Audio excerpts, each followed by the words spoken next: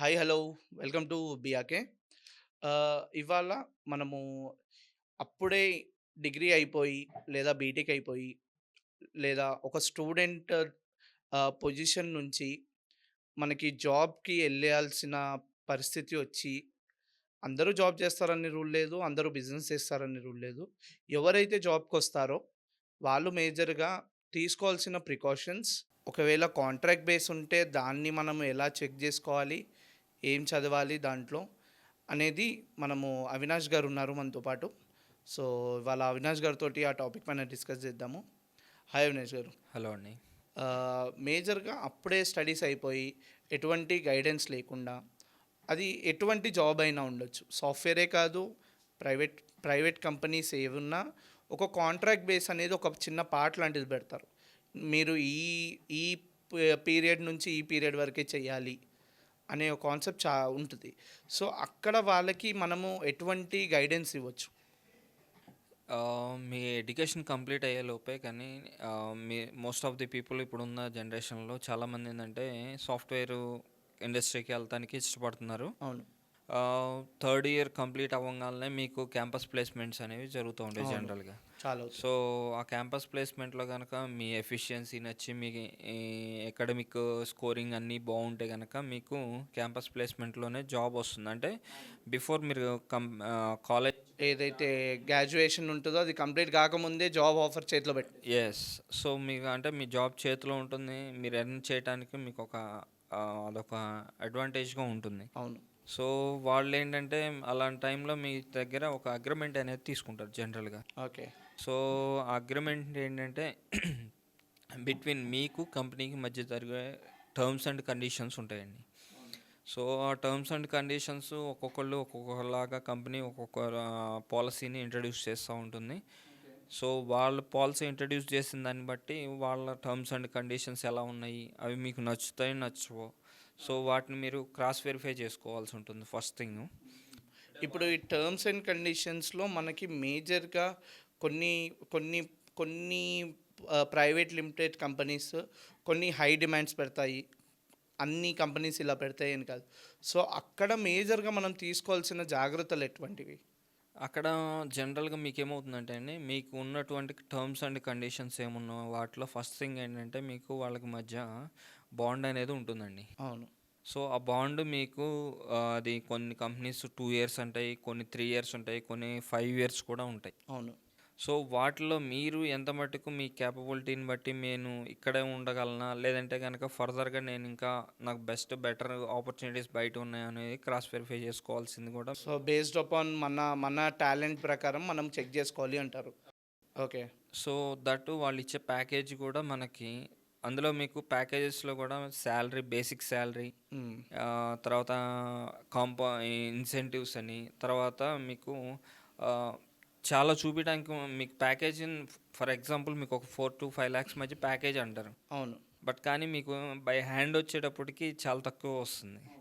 దాంట్లో ఏంటంటే మీకు ఉండే హెచ్ఆర్ పాలిసీలో ఉండేటువంటి బేసిక్ సాలరీస్ కానియండి, ఇన్ని సంవత్సరాలు చేసిన తర్వాతే మీకు దాని మీద ఇన్సెంటివ్స్ రావటం. మార్జిన్ ఇన్సెంటివ్స్ ఎక్కువ ఉండకుండా లిమిటెడ్ పీరియడ్సే పెడతారు అనేది కాన్సెప్ట్. సో, దాని మూలాన ఏమవుతుందంటే me by hand ఎంతొస్తుందనేది first verify చేసుకోవాల్సి ఉంటుంది. ఓకే. సో, నాకు అట్లా కాకుండా నాకు జాబ్ వచ్చిందనంటే మీరు కొన్నాళ్ళు చేసిన తర్వాత మీరు ఆ సాలరీకి సాటిస్ఫై అవ్వలేరు. సో, దాని తర్వాత దాన్నన్నిటిని చూసుకొని ఒకవేళ మీకు అవేర్‌నెస్ లేదనుకోండి, సైన్ చేసే ముందు గానియండి, సైన్ చేసిన తర్వాత కానియండి, ఆ terms and conditions me relatives గానియండి, మీ పేరెంట్స్ తోటి గానీ, మీ ఫ్రెండ్స్‌తో డిస్కస్ చేసి, ఇది మనం ఓకే చేయొచ్చా? ఈ అగ్రీమెంట్‌కి మనం యాక్సెప్టా? కాదా? అనేది decision making at the end of the day దాని యొక్క రిజల్ట్ మనమే తీసుకోవాలి కాబట్టి, సో, దాన్ని మనం కరెక్ట్‌గా కాలిక్యులేషన్ చేసుకుంటేనే మనం వర్కౌట్ అవుతదండి. ఓకే. ఇక్కడ ఇంకో మేజర్ పాయింట్ ఏంటిదంటే, ఏదైతే మనం కాంట్రాక్ట్‌లో పెట్టుకుంటామో, ఆ కాంట్రాక్ట్‌లో సాలరీ అనేది ఎంత పర్సెంటేజ్ వరకు హైక్ చేస్తారనేది నమ్మకం లేదు అని చాలా దగ్గర నుంచి నేను విన్నా.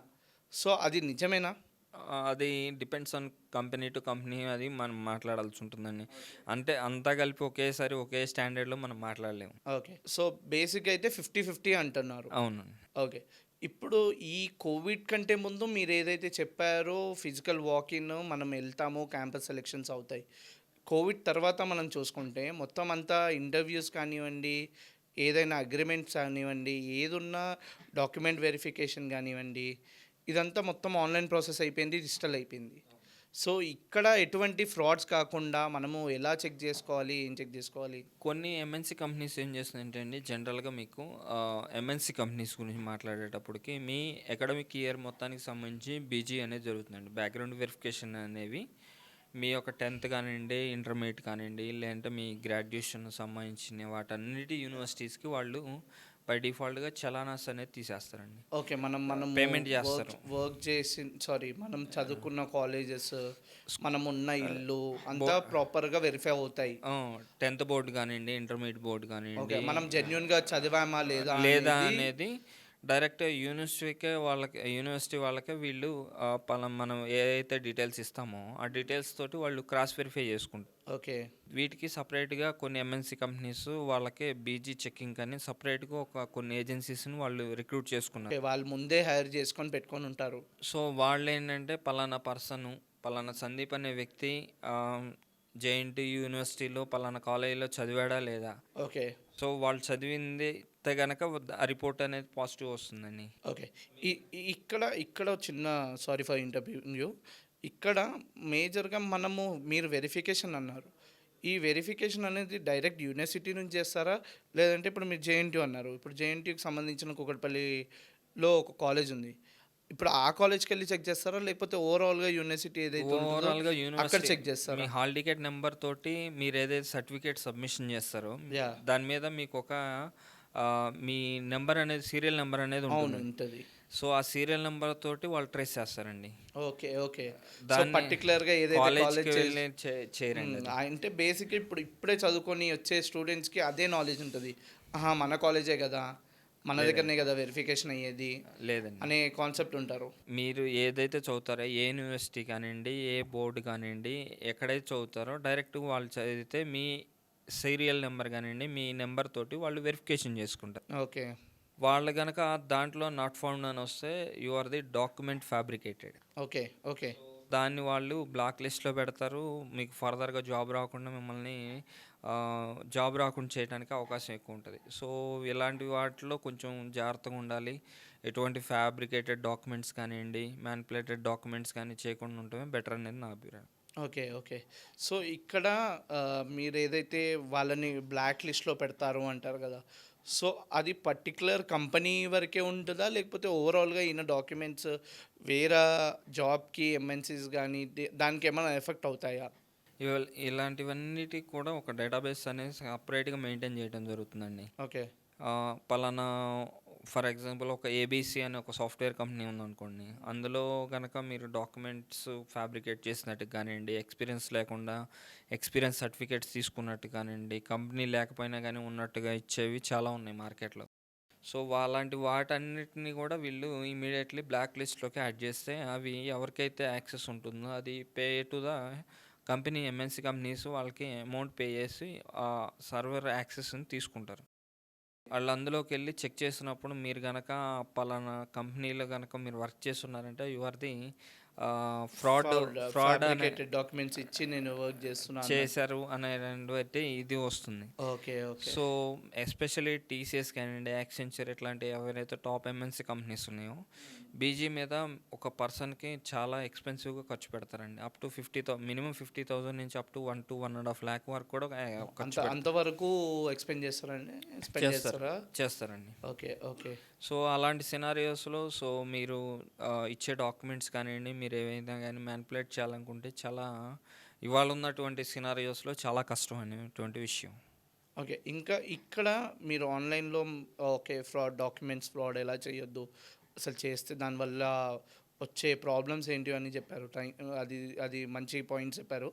ఫర్దర్‌గా నెక్స్ట్ ఇప్పుడు మనకి మేజర్‌గా ఇక్కడ చెక్ చేయాల్సుకున్న కాంట్రాక్ట్ సిగ్నేచర్స్ ఏవైతే ఉంటాయో డిజిటల్ అవి మనం మళ్ళీ మాట్లాడదాము. ఓకే. ఓకేనా? థాంక్స్ అండి. థాంక్స్ అవినాష్ గారు. Thanks for your time.